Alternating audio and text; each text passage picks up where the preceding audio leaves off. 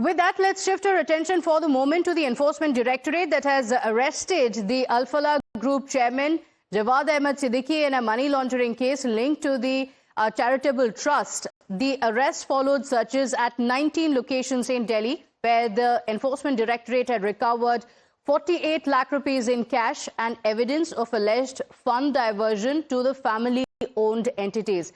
Siddiqui has been produced in court and the Enforcement Directorate is seeking his custody as the investigation in the case continues. We have in fact more breaking updates now coming in as a crackdown continues on the terror den.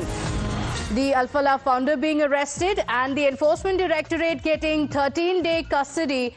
The founder has been remanded to custody till the 1st of December. So Alfalah, this entire university, the visuals of which you're seeing on the screens, is under the lens for money laundering as well. There is a clear link that has been established to the Delhi blast, and now the founder also being arrested for money laundering. My colleague Shivam is joining us on the broadcast with the details. Shivam, now 13-day custody for the founder of Al-Falah University. Take us through what happened in court and the investigations that will now follow. So not just a link to the terror, but also money laundering case now against the university founder. Well, Pratibha, he was arrested under Section 19 of the PMLA, and that states that within 24 hours you need to produce the arrested person, the accused, in front of the magistrate, the special judge, and then the custody will be taken. And now 13 days of custody has been granted to the officials to now probe the matter further and get into the details. Remember, yesterday the raids went to over 12 hours, and finally when he was arrested in the evening, the news came in about various shell agents, shell companies that were registered on a single address. The news was about, the points that come out from the sources was about the diversion of funds that was taken in the name of trust and was transferred to the children and the family members of the founders. So these are the 2-3 main points where the agencies, where the ED would be looking deep into, would be trying to find answers and would be trying to get the trail of the money, where the origin is from and where it was eventually utilized to. Remember, there have been 2 serious FIR that were made earlier by the special cell of the Delhi police, the crime branch, and after that the ED took over on forgery, on the basis of forgery and fraudulent that was claimed by the university. The NAAC accreditation and also the UGC Act. Remember, the university claimed to have the 12B UGC, but the ED and all in the official statement also said that it was just 2F and they were not allowed to have grants, but due to the advertisement that they have got, the admissions that they have got, the fees that they have got comes under forgery and fraudulent. So these are the serious allegations, and these will be the angles that now the Enforcement Directorate would be looking into. The shell companies, the origin of the funds, the way it was utilized, and how many other such companies were also there, and who are other people who are also involved apart from that. Because remember, according to the sources also said that people who are managing the financial as well as administrative work are also under the lens. So it is about the administration, it is about the finances and the further things that will unfold into this investigation now. Okay, all right. Bhavtosh and Shivam, request you to stay with us as we also talk about how the face of terror had been revealed and the radicalization, radicalized mind, a doctor who defends suicide bombings on camera, the unseen footage of Umar Nabi, a man who speaks with chilling ease about martyrdom operations, revealing in depth of his indoctrination, and his words in the video are extremely unsettling. His beliefs are very, very disturbing, and his calm demeanor while the entire video is being recorded also offers a very stark and terrifying glimpse into a mind that is completely consumed by extremist ideology. It's quite unsettling how Umar, who is an assistant professor in general medicine department of Al-Falah University, a trained doctor, sworn to save lives, coolly argues that suicide terror isn't merely permissible, it is noble. He, in the video, speaks like a man on a divine mission, desperate to romanticize a massacre, and the only time that he seems to be losing his cool is towards the end of that video, where he struggles to actually articulate his thoughts. Up until then, it was articulated well, but it was in the end where you see he falters, rambles, and then abruptly concludes this recording. And it seems like Umar is rehearsing his statement before releasing a more polished version of it. So let's break it down for you and let's talk about what does this highlight. The 80-second video that was played out, that was recorded by Umar, what does it actually highlight? It is a very propaganda-style reel using professional gadgets. If you see the way the entire video has been recorded, just look at that. A professional setting. He is seated. Umar, who is the suicide bomber, is sitting in a very relaxed, calm manner. It looks like the lines are rehearsed completely. It is intended for propaganda, for recruiting more people into this ideology. He is speaking in English to possibly reach out to a global audience as well. Polished English, speaking very calmly, making an argument, making it seem like he has thought about it and there is some sense in what he is saying. There is an American accent to his speech, possibly to also appeal to a wider audience, not just within India, but also outside, and to have a bigger reach within India. And this entire video is also recorded with a cordless mic, shot with professional-grade equipment, all of it being put in place for this video. When was it to be released? What was the purpose of this video? Sources now say that this is exactly what it was, a trial run for a version that his module had planned to release after the blast. So this was a grotesque justification for mass murder.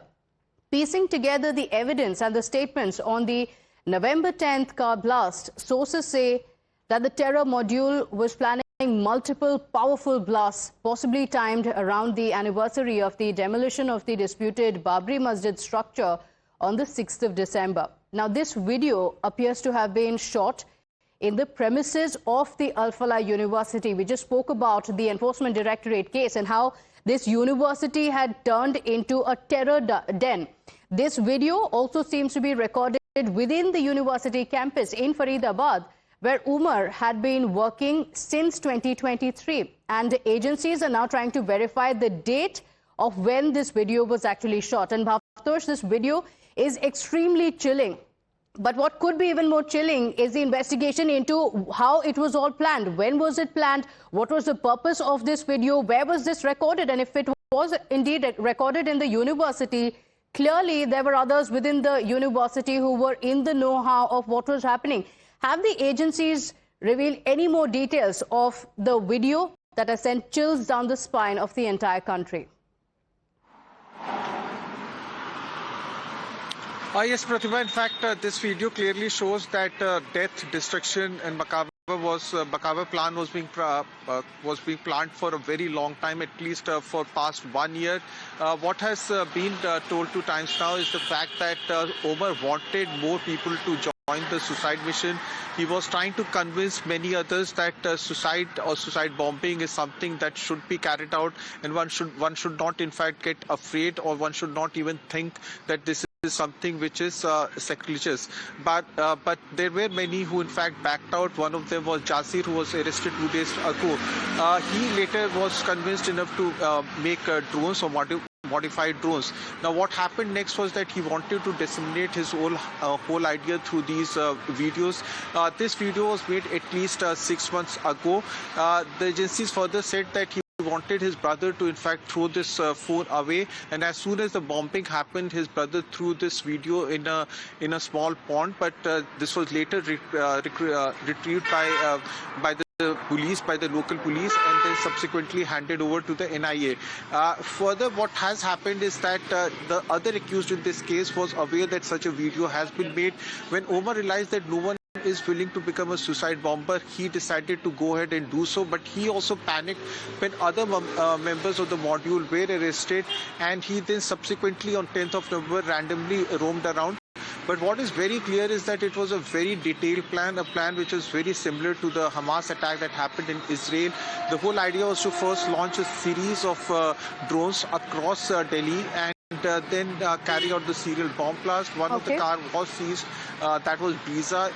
It is still being forensically examined, and the other car blew itself along with Omar. Okay, all right, Bhavtosh, thank you for joining us with those details. We come back to you through the day for those updates. We have more breaking updates now coming in. The probe agencies are now searching for 19 missing women who were allegedly in touch with the arrested JEM operative, Dr. Shaheen Shahid, investigators believe that these women may have been radicalized through Shaheen's targeted outreach, an organized network built through voice notes, videos, and structured online communication.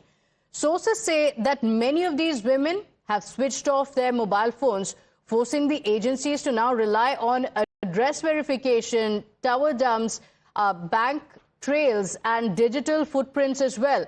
My colleague Adib joins us on the broadcast with the details of this entire network and what the agencies are looking at. So, Adib, these were women who had been targeted by Shaheen. They are extremely radicalized. That's what the agencies believe.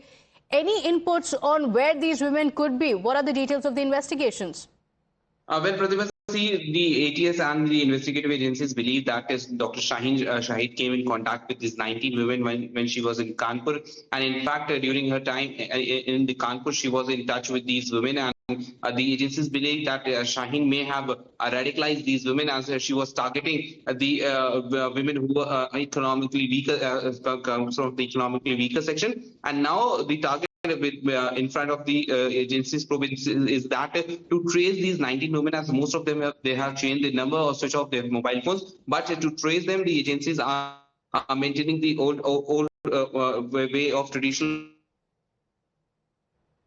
The investigators are using address verification, tower dumps, bank trail, digital footprints to locate all these suspects, and they believe that these 19 women have been radicalized by Shaheen. So to confirm their suspicion, they are now looking for these 19 women. Okay, all right. It's extremely important that the agencies locate these 19 women. How radicalized are they? What was their role in this entire operation? All of them being investigated. Adib, thank you for joining us with those details.